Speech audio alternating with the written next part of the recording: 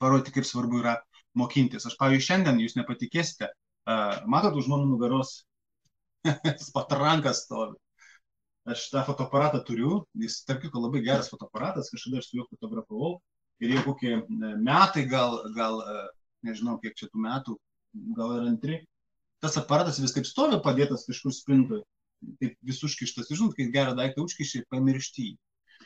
Ir aš tą fotografiją pamiršau ir kažkur pamačiau internete, kad tiksliau Inga man atsiuntė, ačiū Ingai, atsiuntė man, matau, kad norit žmonės, gerai, tai parodysiu. Tik priminkit, ką jūs norite pamatyti. Sekit mintį. Žodžiu, ir aš prisimenu, kad aš turiu fotoaparatą, Inga atsiuntė, kad yra nemokami kursai, man labai patinka nemokami kursai irgi, bet ir žinokit, ir mokamus reikia pirkti, nes nemokamuose duoda tik tai susipažinti, bet mokamuose duoda žiauriai stiprią informaciją ir aš šiandien jums įrodysiu. Aš taip pat turiu mokamą mokyklą, jūs ją turite visi ir jinai ten yra daug stipresnė. Ir kas esate joje dabar pat, parašykite savo atsiliepimus, nes mane palaikykite, kad nebūčiau prisimelavęs. Gerai? Online mokykla, žmogaus kūnas ir mityba. Tai va, aš šiandien mokiausi šitą. Ir va, ką noriu pasakyti, šie metai man buvo žiauriai geri. Nu, žinot, kaip žemaitis sako, žiauriai geri. Labai geri metai. Mokymosi prasme. Aš labai daug išmokau. Sukūriau 3 mokyklas.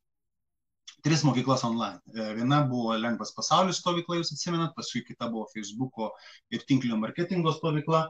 Ir dar buvo projektas padaryti tinklinio marketingo mokyklą kitą, bet susilaikiau kol kas nuo jos. Bet aš labai daug išmokau tų dalykų. Tai ir dabar ta mokykla, ta naujoji mokykla, kuri dar šviežia visiškai, dar kepama, tai yra žmogaus kūno ir mitybos mokykla ir plus rašau tą knygą. Paskatinta jūsų ir paskatintas Ingos, pagrindė Ingos. Va, tai ką aš norėjau parodyti jums? Jums norėjau parodyti, pirmiausiai, noriu pasidalinti ekranu su jumis. Jeigu jūs neprieštaraujate, štai ekranas, aš jau tam ekrane aš esu pats. Ir aš noriu jums parodyti puslapį, kur jūs galite rasti labai daug informacijos. Aš nežinau, ar jūs gal jau žinote tą puslapį.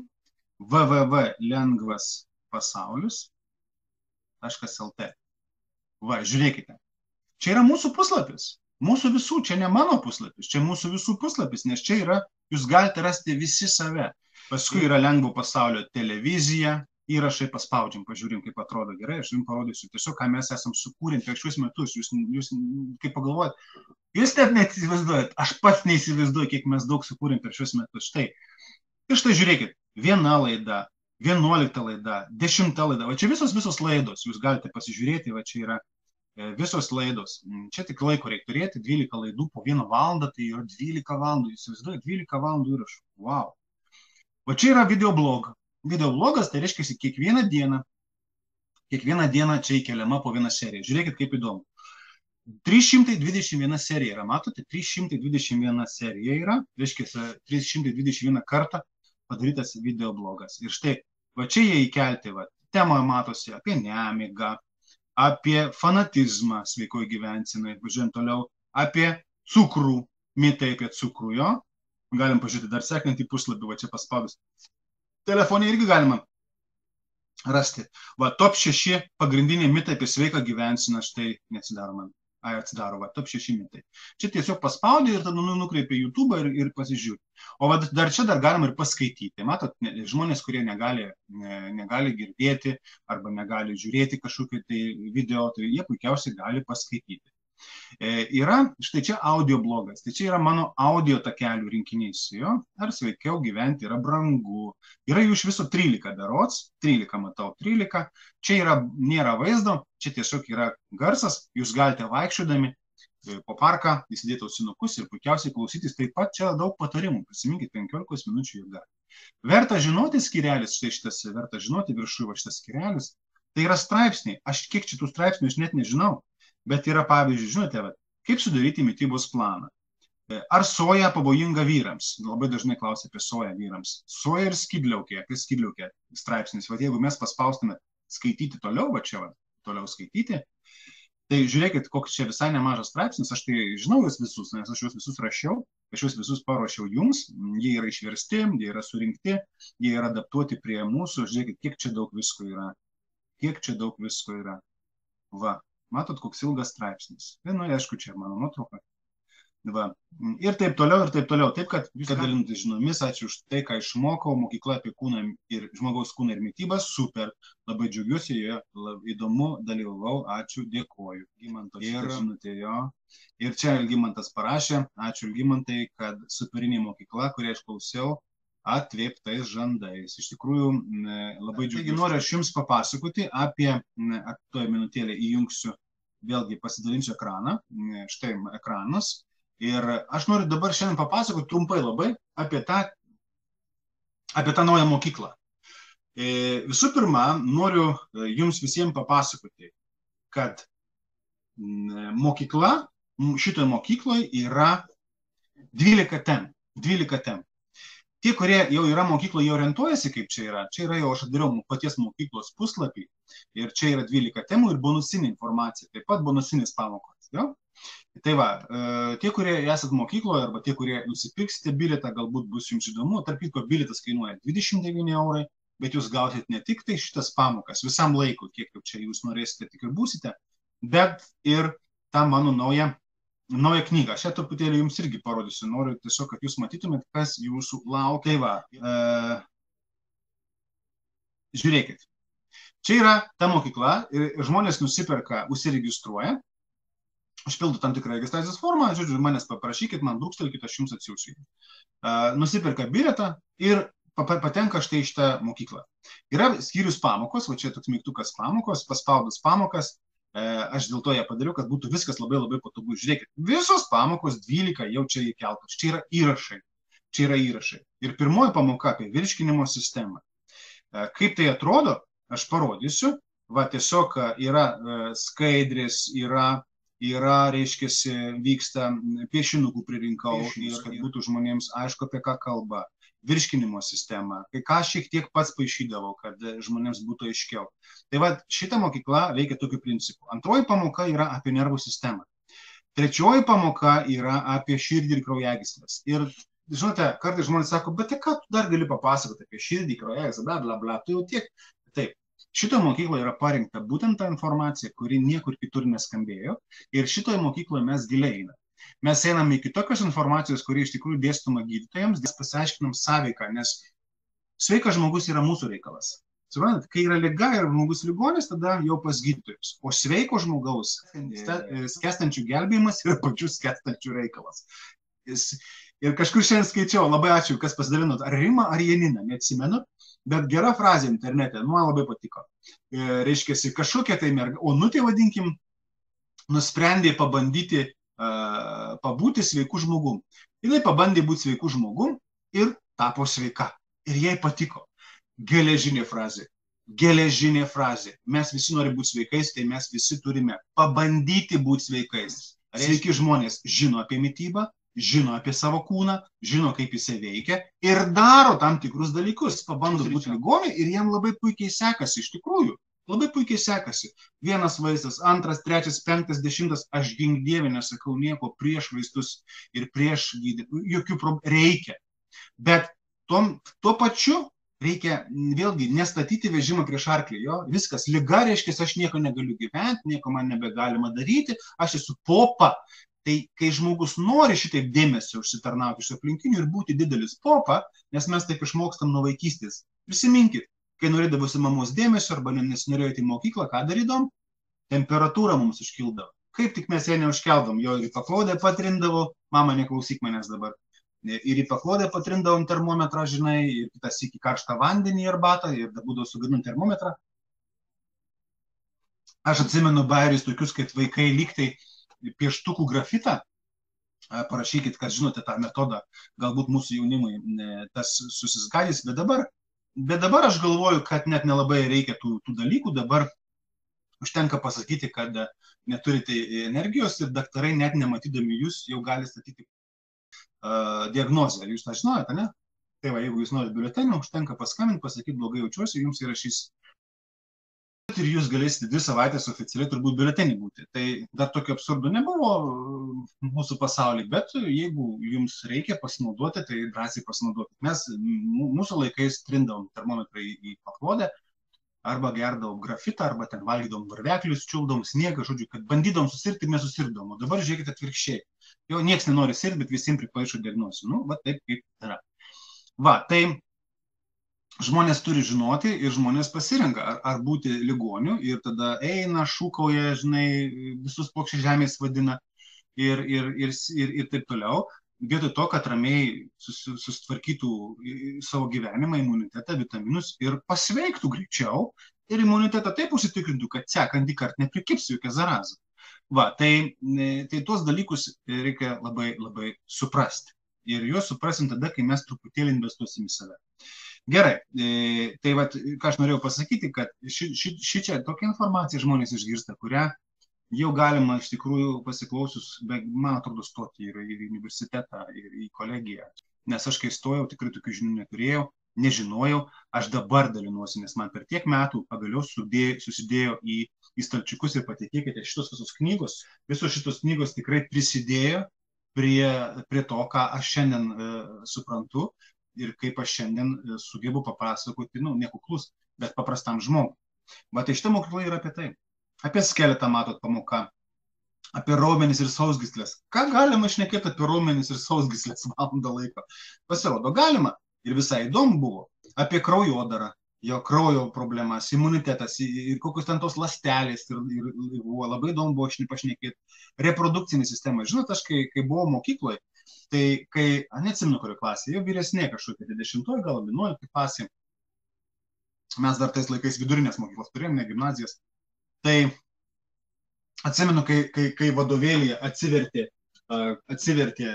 tą dalį, žmogaus reprodukcinė sistema ir ten buvo nupieštas berniukas ir mergaitė, žinote, tai mokytoja labai susinepatogino, nežinau, su didelė pagarba jai, tikrai labai nuostabi mokytoja, bet jinai taip susinepatoginus buvo tada, kad mums uždavė tą visą skyrių, kokią 30 puslapį paskaityti namuose ir sekančią pamoką, lyg nieko ir nieko, nebuvo praleista ta pamoka, ten surašė visiems, ką reikia surašyti ir ėjom toliau. Ir žmonės nepažįsta savo reprodukcinės sistemos, jo? Visi tik tai miglotai įsivaizduoja, kad pas berniukus kabo kranelis, o pas mergaitės ten yra kažkas tai. O kas tas yra? Ir tas vaizdas iškreiptas, nes žmonės mokosi iš porno filmų. Ne visai tai tiesa. Anatomijos tikrai neišmoksime iš tų dalykų, nors čia jūsų sąžinis reikalas. Gerai, endokrininė sistema. Valandą laiko mes kalbam apie endokrininę sistemą, mes supratom, kiek daug liaukų pas mus yra, kaip jos susiję ir kokia mityba turi būti, kad jos palaikytų savo funkciją. Vidaus organai buvo pamoka, kalbėjom apie kepinius, inkstus, apie tuos dalykus, labai įdomu buvo. Taip pat oda ir plaukai. Banali tema atrodo? Nieko panašaus. Kaip ta mūsų oda atrodo, kaip jinai maitinama, kokias funkcijas atlieka, kaip tie plaukai pas mus auga, buvo labai įdomu. Medžiagų apykaita ląsteliniam lygmenį. Įsivaizduojat, kaip įdomu, nusileidom iki ląstelių, pažiūrėjom į mitochondrijas, pažiūrėjom, kas ten dedasi, tose ląstelėse, kaip tie mineralai vaikšto, kodėl tie mineralai reikalingi, štai apie ką aš kalbu. Jo, ir labai buvo tema įdomi, nežinau, manau, kad ir jums patiko tie, kurie klausė, kai žmogaus gimimas, tiesiog nuo kaip čia pasakyti, net ne nuo gimimo, mes, man atrodo, nusikėlėm į pačią žmogaus užuomazgą.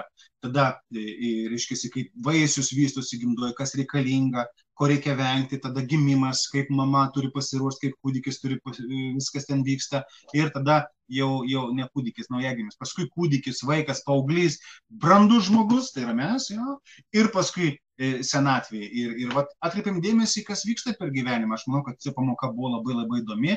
Ir po to mes dar turėsime dvi, dar jau viena yra bonusinė pamoka, iš tikrųjų bonusinės, tai dėl to, kad mums įdomu buvo apie emocinį valgymą, štai yra pamoka įkelta, jau jinai yra, buvo padaryta, emocinis valgymas, aš manau, kad tie kurie klausotės labai įdomu, mes dabar ne pagal grafiką, bet dar bus dvi pamokos, bus apie maistą ir bus apie miegą ir poilsį, tai štai tokia mokykla labai įdomi ir jau visai pabaigai, jau užteks tos reklamos, jau aš tikiuosi, kad jau tie žmonės, kurie nusprendė, jau apsisprendė, jau 29 eurus rasi turbūt kalėdų progą savo pasidaryti tokią dovaną, o aš savo ruoštų padarysiu dovaną irgi labai labai didelį ir aš labai džiaugsiu tiems žmonėms, kurie ją priims.